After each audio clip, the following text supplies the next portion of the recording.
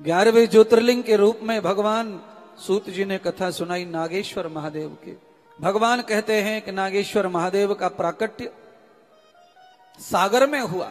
दारुक और दारुका नाम के राक्षस, दारुका ने अपनी भक्ति से माता पार्वती को प्रसन्न कर लिया था और माता पार्वती ने उस राक्षसी को ऐसा वरदान दे दिया था कि वो अपने पति के साथ में अपने साम्राज्य को अपनी इच्छा अनुसार कहीं भी ले जा सकती थी। जैसे ही स्त्री को तप मिला, जप मिला, पार्वती की कृपा मिली तो पति उसका जो राक्षस था वो आक्रमण ऊधम करने लग गया।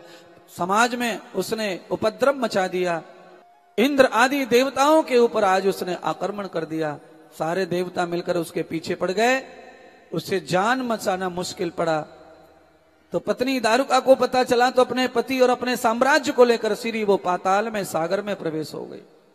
और सागर में जाकर उन्होंने ये निश्चय कर लिया कि सागर में कोई धरती लोक का आदमी आएगा, हम उसका बदला जरूर लेंगे। आज योगा योग ऐसा हो गया बंधुओं कि एक हवाई पानी के जहाज में बैठ करके हजारों लोग व्यापार के लिए समुद्र में यात्रा कर रहे थे।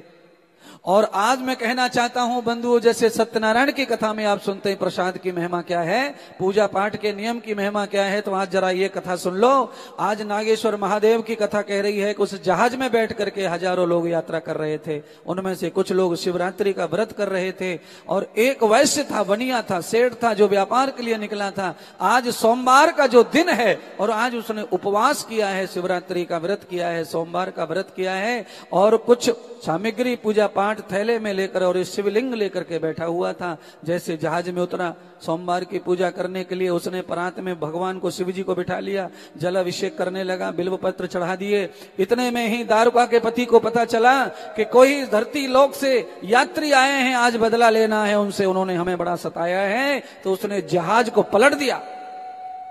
उसमें से कुछ लोग भगवान शंकर का जप कर रहे थे। भगवान की शिवलिंग के पिंडी को बिठा करके बनिया पूजा कर रहा था।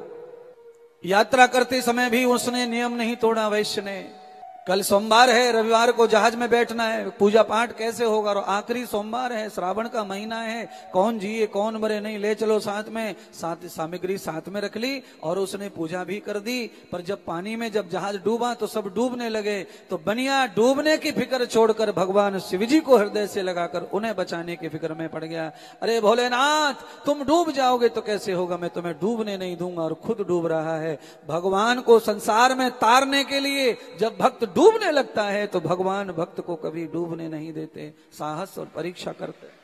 भगवान के लिए तो हमें संघर्ष करना चाहिए। भगवान का मतलब होता है अपने समाज, अपनी संस्कृति के लिए, अपनी पूजा, अपने पाठ, अपनी परंपराओं के लिए हमें संघर्ष करना चाहिए। यथम दिव्यम कृतमूल जातम प्रवृत्ति युक्त सर्वम। भगवान शंकर प्रकट हो गए सागर में। और भगवान शंकर प्रकट कहां से हुए तो कहां, सागर के धरती फाड़ कर निकले नागराज के रूप में।